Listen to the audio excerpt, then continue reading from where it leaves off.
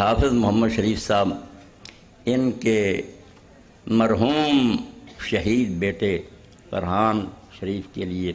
کہ ان کی عظمت کو سلام کیا جائے، اور دوسرے لوگ جو اپنی جانیں اللہ کے دین کے لیے قربان کرتے ہیں ان کے لیے بارگاہ رب العزت میں دعا کی جائے کہ اللہ انہیں بلند مراتب عطا فرمائے۔ میں اس موقع پر اپنی بات شروع کرتے ہوئے صرف رسول کریم علیہ السلام کے وہ الفاظ دہراؤں گا جو امام بخاری رحمۃ اللہ علیہ نے اپنی صحیح میں درج کیے ہیں کہ جب فتح مکہ کے بعد غزوہ اطاس ہوا اور محاصرہ تھا وہاں، تو پھر ایک صحابی تھے جلیل قدر حضرت ابو عامر اشعری رضی اللہ تعالیٰ عنہ،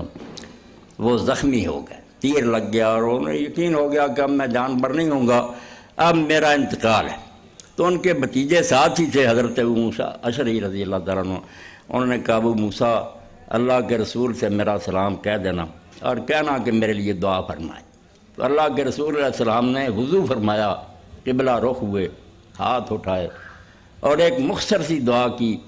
مگر میری نگاہ میں اور میں سمجھتا ہوں کہ اس سے جامع دعا کوئی نہیں ہو سکتی۔ لمبی دعاؤں کی بجائے چند الفاظ ہی کافی۔ اللہ کے رسول نے اتنے جامع الفاظ فرمائے نام لے کر، اللہم اغفر لعبید ابی عامر واجعل یوم القیامت فوق کثیر من الناس، اے اللہ عبید ابو عامر کو بخش دینا اور قیامت کے دن اپنے بہت سے بندوں سے اس کا مرتبہ بلند کریں۔ یہ آپ بھی یاد کر لیں، کوئی بھی فوت ہو آپ یہ پڑھ دیں، اور شہید کے لیے تو اس سے بڑا اعزاز کیا ہو سکتا ہے کہ اس نے اپنی جان اللہ کے دین کے لیے قربان کر دی۔ آپ یقین جانیں اللہ تعالیٰ نے سارے کمالات جناب محمد رسول اللہ صلی اللہ علیہ وسلم پر ختم فرما دی، کوئی کمال ایسا نہیں رہا جو باقی رہ گیا،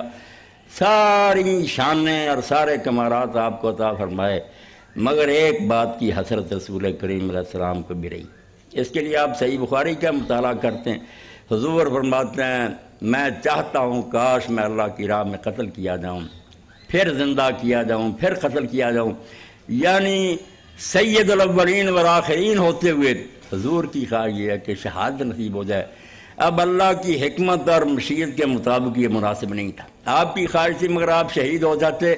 تو حق و باطل کے آخری مارکہ میں بھی حق کی شکست ہو جاتی، آخری نبی بھی مارا جاتا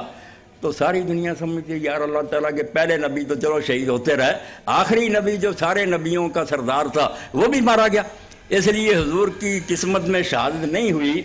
مگر اللہ کے حبیب اگر ایسے کوئی بڑا مرتبہ ہوتا اس کی خواہش کرتے، شہادت کی تمنا کی کہ اللہ تعالیٰ کاش مجھے اللہ کی راہ میں موت دیتا اور میں پھر زندہ ہوتا۔ اور یہ بھی بات اللہ کے رسول علیہ السلام نے شہید کے حق میں فرمائی کہ جنت میں جانے کے بعد کوئی نہیں چاہتا کہ اس دنیا میں واپس لوٹے،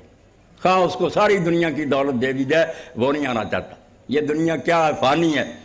وہ عالم باقی ہے، جنت میں چلا گیا، خیر ہوں آپ کا، اس سے بہت اعلیٰ اور ہمیشہ رہنے والی کیوں آئے گا؟ مگر اللہ کے رسول علیہ السلام فرماتے ہیں صرف اس سے ایک مستثنا، ایک باہر ہے شہید، اس کو ایسی لذت ملی اللہ کی راہ میں جان دیتے ہوئے کہ وہ یہ چاہتا ہے اللہ تعالیٰ جب جلوہ گر ہوگا قیامت کے دن جنت میں تو پوچھے گا، صحیح مسلم کی روایت کا تمہیں سب کچھ دیا کچھ چاہتے ہو؟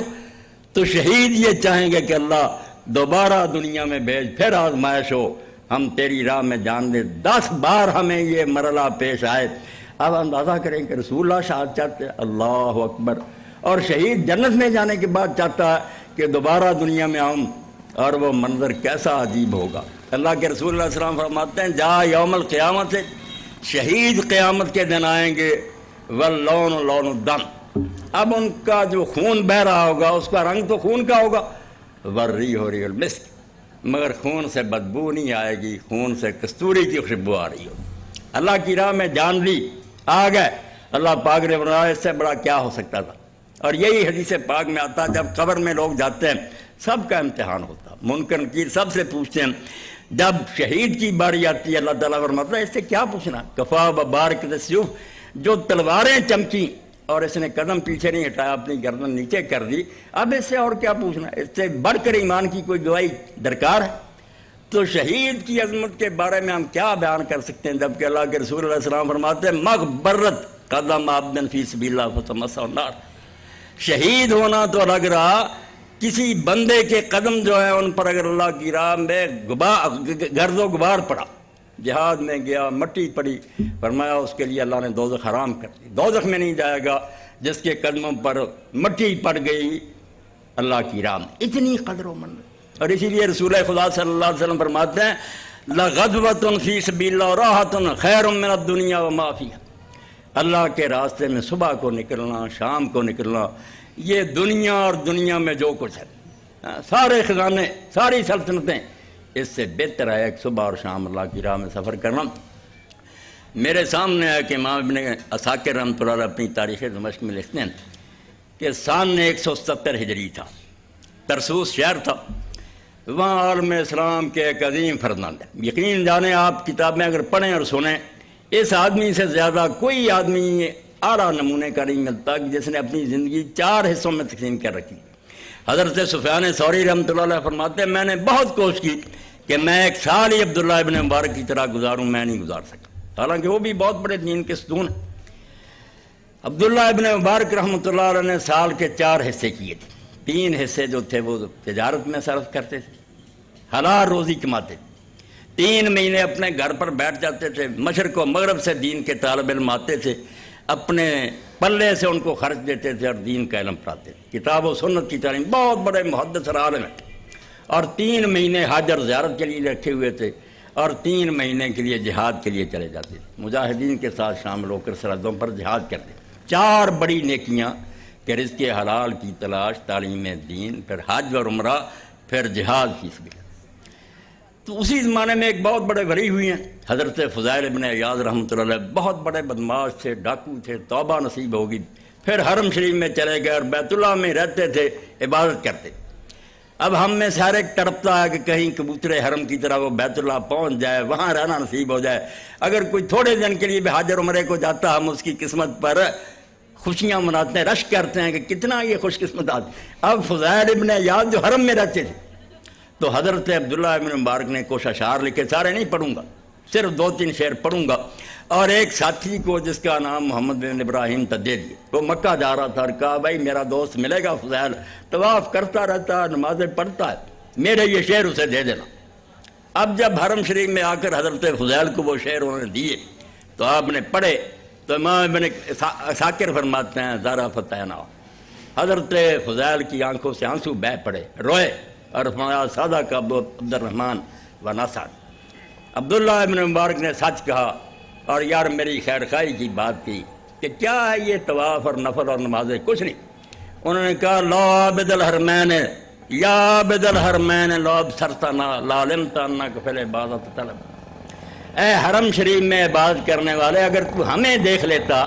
جو اللہ کی راہ میں جہاد کرتے ہیں، نیزے اپنے سینوں پر لیتے ہیں، تلواریں گردنوں پر لیتے ہیں، تو تجھے پتہ چل جاتا کہ تو عبادت نہیں کر رہا، عبادت کے ساتھ ٹھٹھا کر رہا۔ یہ کوئی بات نہیں، سجدے میں آدمی کا ماتھا گھس جائے، وہ نفل پڑھتا رہے، طواف کر رہا ہے، پر میں اگر ہمیں دیکھتا تو تجھے یہ احساس ہوتا کہ تو عبادت کے ساتھ مذاق کر رہا۔ اور اس میں پھر آگے چل کر فرمایا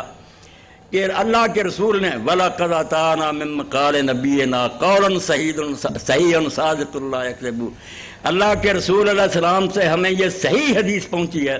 جس میں ذرا جھوٹ نہیں۔ لا یجتمع غبار فی سبیل اللہ فی انف امرئ ودخان نار تلہب،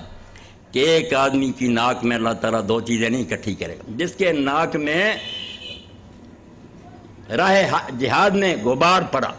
اللہ کے راستے میں جہاد کرتے ہوئے غبار ناک میں چلا گیا، فرمایا یہ اللہ کے راستے میں پڑی ہوئی گرد و غبار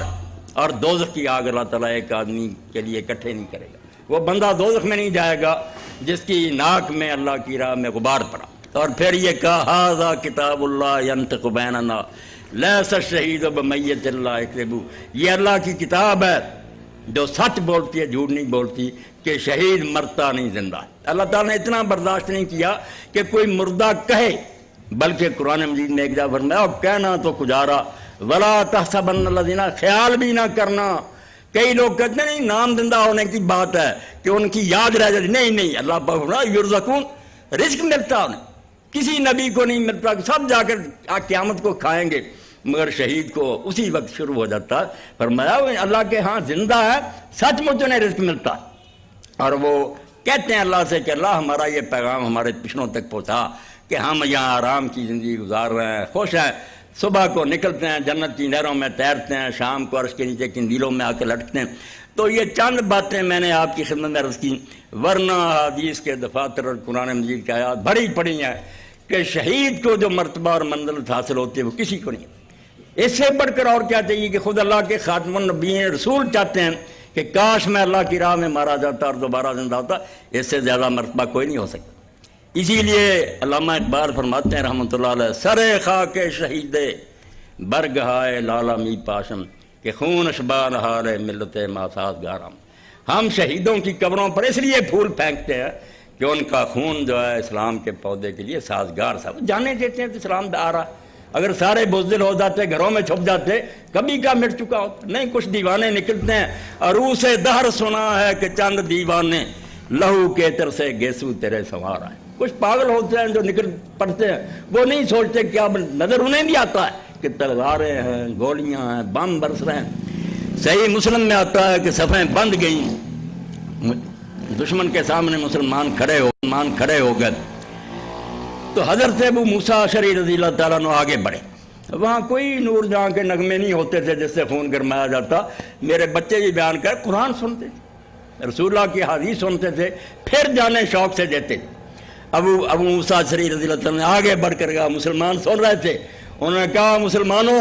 میں نے اللہ کے پاک رسول اللہ علیہ السلام سے سنا ہے کہ ان ابواب الجنت تحت جلال السیوف، کہ یہ تلواریں نہ سمجھو جو ہے اس وقت چمک رہی ہیں، ان کے نیچے جنت کے دروازے کھلے ہوئے، یہ جنت کو راستہ جا رہا، گردنیں کٹواؤ جنت میں چلا جاؤ۔ تو اس وقت حدیث پاک میں آتا ہے رجل رسول ہے، ایک شخص جس کے کپڑے پھٹے پرانے تھے، مسکین نظر آتا تھا، اس نے حضرت ابو موسیٰ اشعری رضی اللہ عنہ سے پوچھا، ابو موسیٰ تو نے یہ بات اللہ کے رسول سے سنی؟ تو انہوں نے اپنے کانوں پر انگلیاں رکھ کر کہا، میرے کان بہرے ہو جائے اگر میں غلط بیان کروں، میں نے ان کانوں سے حضور کو یہ کہتے سنا۔ اب جب اس نے یہ بات سنی، سارے ساتھیوں کو سلام کا، تلوار لی اور گھس گیا، کتنوں کو قتل کیا اور اپنی جان دے دی۔ اس لیے شہید اور جہاد کے بارے میں ہم جتنا بیان کریں سمندر سے قطرہ بھی نہیں بیان ہو سکتا۔